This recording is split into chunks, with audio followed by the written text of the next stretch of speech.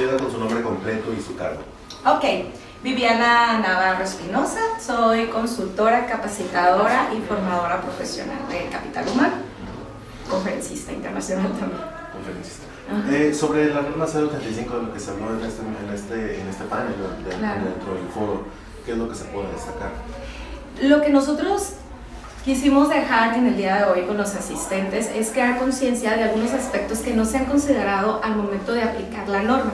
Por ejemplo, la mayoría se va a la parte de generar la política, realizar las guías como instrumentos de medición, hacer los planes y creen que ahí es todo, ¿no? Pero olvidan, como yo les decía, leer las letras chiquitas que nos marca la norma en el diario oficial, que es para poder entender y aplicar mejor la norma y cumplir con esta parte de prevenir y aplicar algunos aspectos de prevenir riesgos psicosociales, es entender que hay que hacer referencias a otras 3 normas que están ahí y que ahí lo marca muy puntual, pero también lo vimos en el público, no lo conocen, que es la 030, que está relacionada con la parte de la seguridad y la salud dentro de las organizaciones, la 019 que tiene que ver con la comisión mixta, que es la encargada de vigilar, ¿no?, todo lo que es higiene y seguridad dentro de las empresas, y una norma mexicana que, aunque no es obligatoria, la marca como referencia para mejor aplicación y entendimiento, que es la 025, que esta habla de igualdad y equidad de género, y como el foro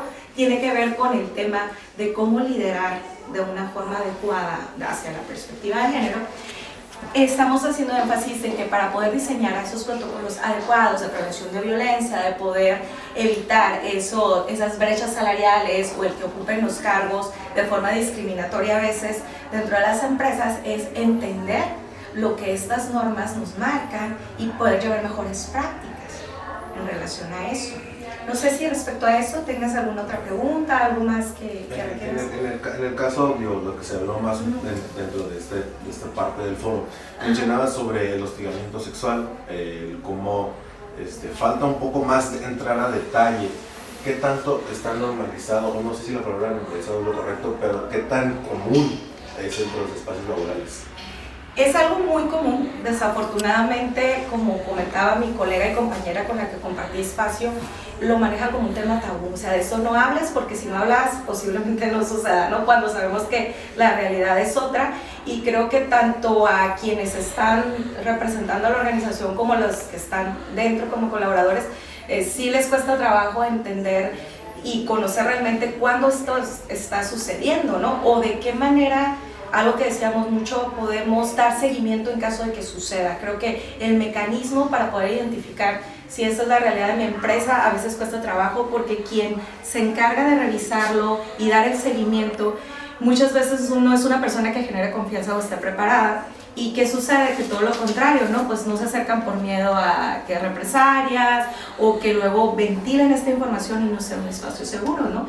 Y dentro de las recomendaciones que hacíamos es primero empezar a formar a la gente en estos temas, que identifiquen cuándo estoy cayendo en un hostigamiento, en un acoso, o cuando estoy siendo víctima, y cuáles serían las acciones que como empresa podemos aplicar, llamémosle sanciones, que estén marcadas dentro de lo regulado, que eso siempre les he dicho, tengan mucho cuidado de que cualquier sanción, de acuerdo a una acción, esté regulada legalmente y no vayamos a caer en otro aspecto donde nosotros también estemos dañando, ¿no?, a la parte del colaborador o la persona que esté ejerciendo esta parte.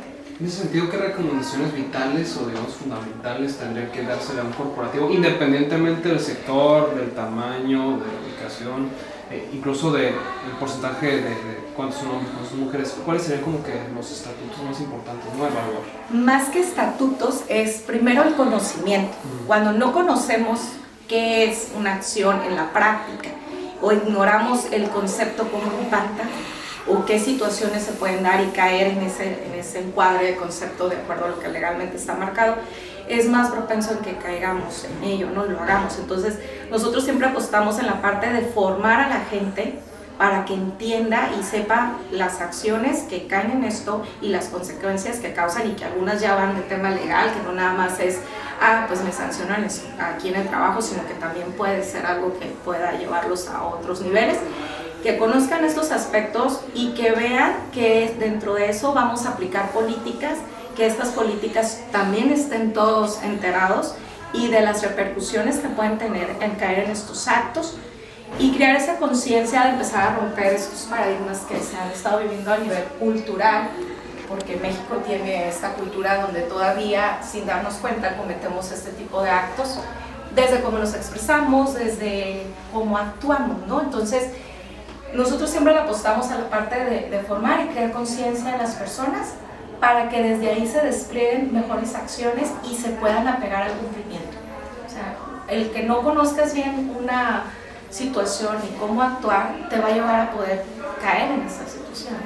Algo que me llamó la atención y que no sé si lo mencionó usted o lo mencionó Magali, pues ya el vamos a cumplirlo para que no nos penalicen en lugar de generar esta conciencia, si no mal lo entendí. Pero yo mencioné por ahí de que, y siempre lo pregunto dentro de los cursos y formaciones, ¿están aquí para qué? Para cumplir, para que la autoridad no los sancione porque realmente quieren generar un entorno favorable, ¿no? Y es que tristemente así funcionamos, ¿no? A veces en las organizaciones, a mí que me toca ir, estar dentro y conocer y tener este seguimiento, me doy cuenta que a veces me dicen, si no me van a sancionar, pues no importa, ¿no?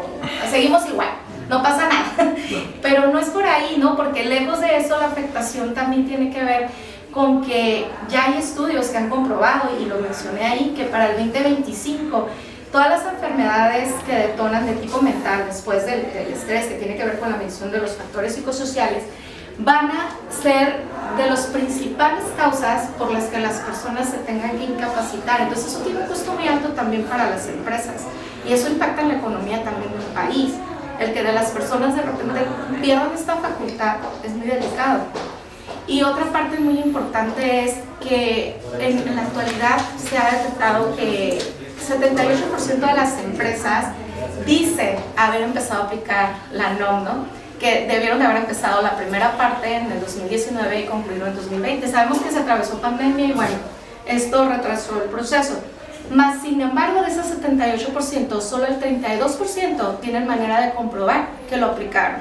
¿Qué nos está diciendo? Que todavía hay muchas dudas, mucho desconocimiento y vamos a lo que te decía hace rato, hace falta formar más a la gente en cómo esto se va a llevar a cabo y que al final de cuentas es un beneficio para la organización. Tenemos gente que está de manera productiva, que va a tener buenos resultados, prevenimos accidentes también, porque este tipo de factores como el estrés pueden provocar que la gente se accidente más.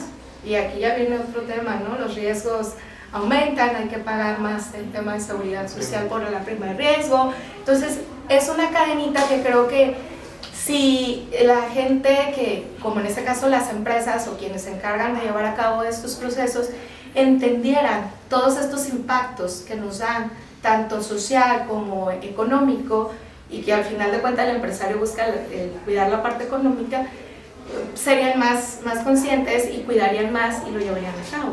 ¿Cuáles son los principales factores que provocan estas situaciones psicosociales en las que termina afectado el trabajador psicológicamente? Ok, tiene que ver por el contenido del trabajo o el contexto del trabajo, ¿no?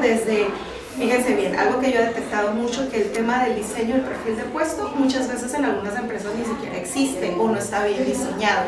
¿Qué es esto, no? ¿Qué es lo que necesito yo para poder desempeñar mi puesto? Desde mis actividades diarias, semanales, todo lo que tiene que ver con estas habilidades y destrezas también que voy a desarrollar.